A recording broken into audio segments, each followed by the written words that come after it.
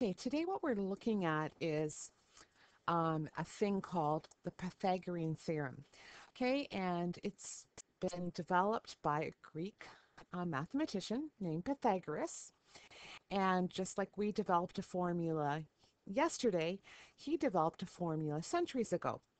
And our goal today is I can use the Pythagorean theorem to solve missing sides of right triangles. Now, the thing that you need to understand is this only works if you have a right triangle. If you have something that's not a right triangle, it does not work. So the important thing, it has to be a right triangle. Okay? Now, as I said, you should have studied this in elementary school, but you've maybe forgotten. So I've put it into this section. And just to give you an idea, the right triangle we're talking about is this red one in here. And if you notice what they've done is they've put these squares in front of them. So we actually could demonstrate this actually if you had graph paper and you could actually make a right angle triangle and you could actually count the squares. So if I look at, first of all, C. C has a side length of, for this side here of my triangle, 1, 2, 3, 4, 5. 1, 2, 3, 4, 5. So C squared, they have they've done 5 times 5, which you know is equal to 25. Okay. Now, if I look at side A, it has 1, 2, 3, 4. 1, 2, 3, 4. So it's 4 by 4, which you know is 16. If I look at side B, which is the base here, it is 1, 2, 3, 1, 2, 3. So it's a 3 by 3, which equals 9.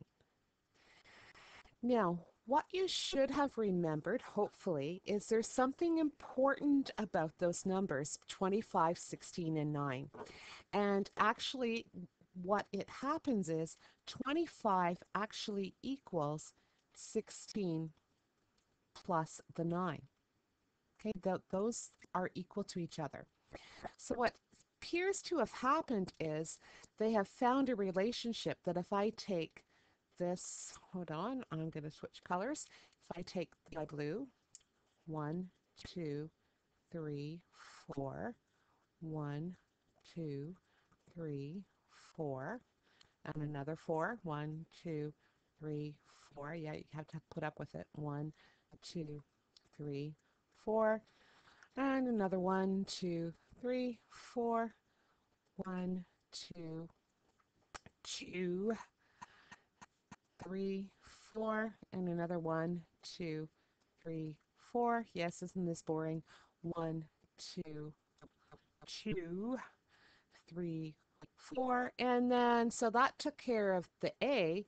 And B, let's change colors and let's see how it works. And it doesn't want to work for me. So we have 1, 2, 3, 4, 5, 6, 7, 8, 9. Well, we knew that because that was 9. So 1, 2, 3, 4, 5, 6, 7, 8, 9.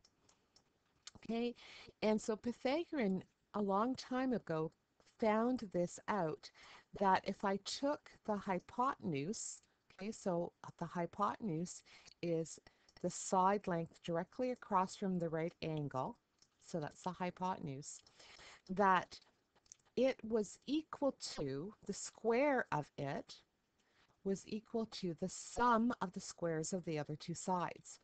And so this was the relationship that he came up with. Now, the C here has to be the hypotenuse. Okay, so this is the way it worked. So it had to be the hypotenuse.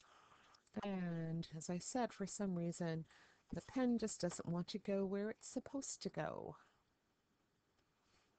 So it's the hypotenuse squared equals the A squared plus the B squared. Okay, so again, as I said, you probably would have played with this in elementary school. Now I also have a little animation that actually shows how those sides go together as well. As soon as I bring it up here,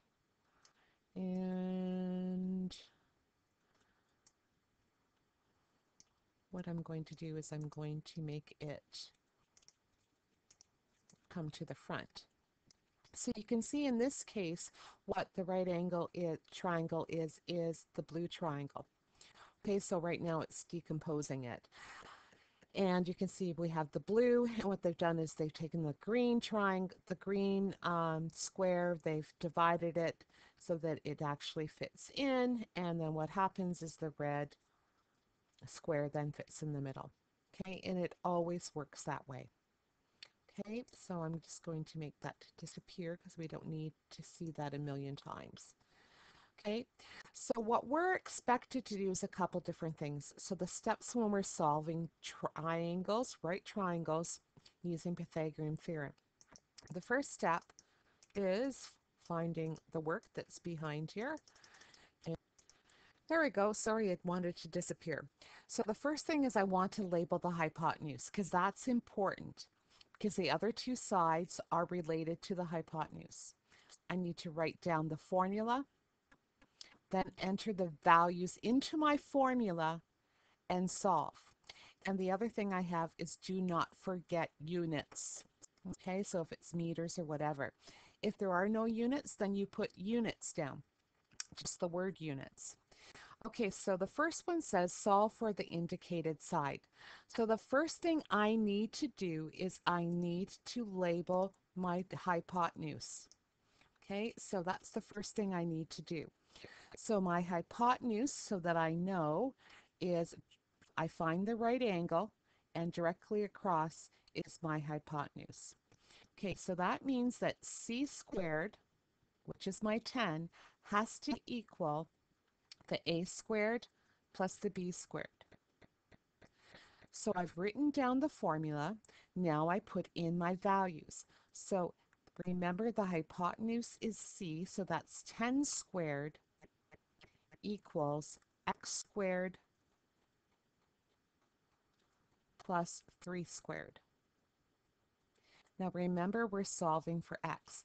So I'm actually not going to multiply the 3 times 3. I'm just going to subtract 3 squared from both sides, and you'll see why in a second. So really I have 10 squared minus 3 squared equals my x squared. And I'm just going to put mine over here. So that's going to be 100 take away 9 equals x squared, which equals 91 equals x squared. Now the thing is, they asked me to find x. There is no way that this side is 91 units long. X squared is 91 units long. So the way that we find what x equals is we do the opposite of squaring something is square rooting it. So we bring up our calculator and we take the square root of 91. So make sure you know how to do that on your calculator. And I don't know how to do it on this one, but I can make it work, which equals approximately 9.5. So x equals approximately 9.5. And I go back and see, did I label the hypotenuse? Yes, I did. Because I know it, I know that I'm going to subtract because the hypotenuse is always the longest side. It has to be because the other two sides have to add, the squares have to add to get the square of the side. So this is the longest side. So if I have the longest side, I have to make sure I'm subtracting. Okay, I wrote down the formula, I entered the values and I solved, and oh, I didn't put units. This question doesn't tell me what 3 and 10 are, so I'm just going to put the word units. Okay, let's look at the next one. Step number 1, find the right angle. Directly across is the hypotenuse. Again, I know it. So c squared equals a squared plus b squared. Now this one I'm going to do a little bit differently. Because I know the hypotenuse, I know that the one side I'm going to get it, I have to subtract from the hypotenuse. So I could actually write it down like this because I'm going to use it a few times. And that's all right to do that. So A is my y that I want to find. My hypotenuse is 11 squared, and my b is 7 squared. So I have 121, take away 49.